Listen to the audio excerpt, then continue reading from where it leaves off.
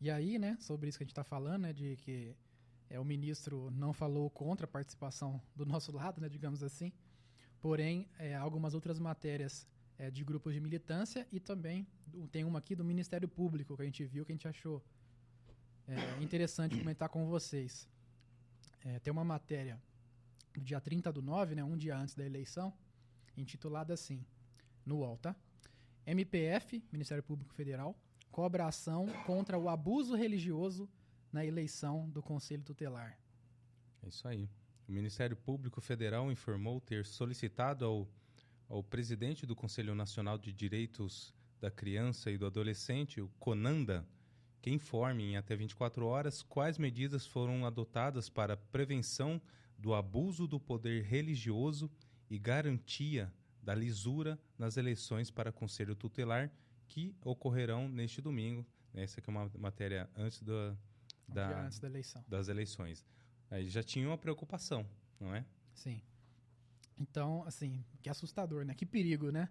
Grupos religiosos estão se organizando, se mobilizando para que eles possam, em conjunto, né, com os membros das igrejas e afins, possam eleger candidatos que estejam mais alinhados com os valores que eles defendem. Nossa, como se fosse as absurdo, Farc, né? É a mesma coisa das Farc estar se movimentando para eleger conselheiro tutelar alinhado com eles. Isso é perigosíssimo. Sim. É um crente votando? Um cristão? Que é isso? Pois é.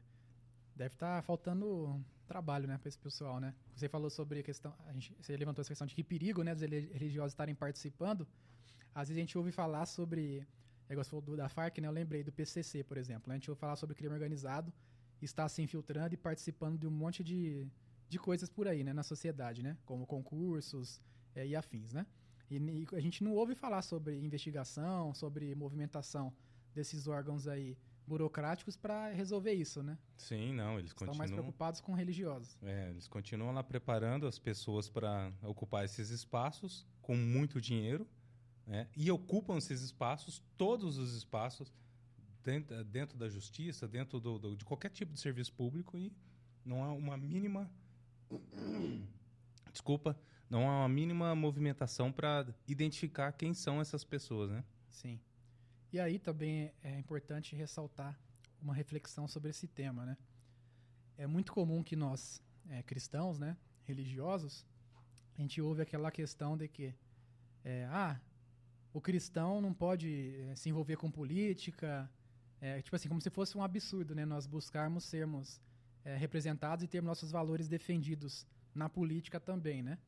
Mas aí, ao mesmo tempo, os nossos adversários, as pessoas que estão contra as nossas ideias, elas defendem e falam sobre representatividade, falam sobre Estado laico, mas se esquecem que o fato de termos, entre aspas, um Estado laico no Brasil, só significa que a gente não tem uma religião oficial, né? Um Estado confessional. Uhum. Mas isso não quer dizer que seja um Estado ateísta, né? Exatamente. Assim. Então, a gente tem sim que buscar defender os nossos valores aí publicamente, que nós também somos cidadãos brasileiros, né?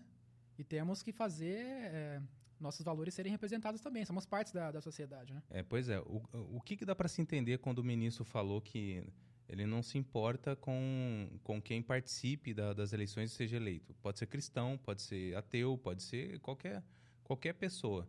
Mas desde que essas pessoas respeitem a Constituição. Ou seja, nada está acima da Constituição. Nem mesmo as suas crenças, nem mesmo a sua religião.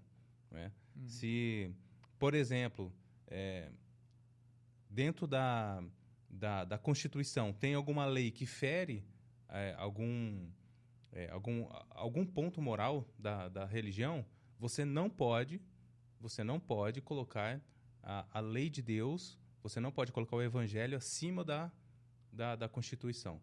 Você pode ser conselheiro tutelar, você pode ter qualquer cargo público, desde que você respeite a sua Constituição, mesmo que fira os seus valores cristãos. Uhum. Sim.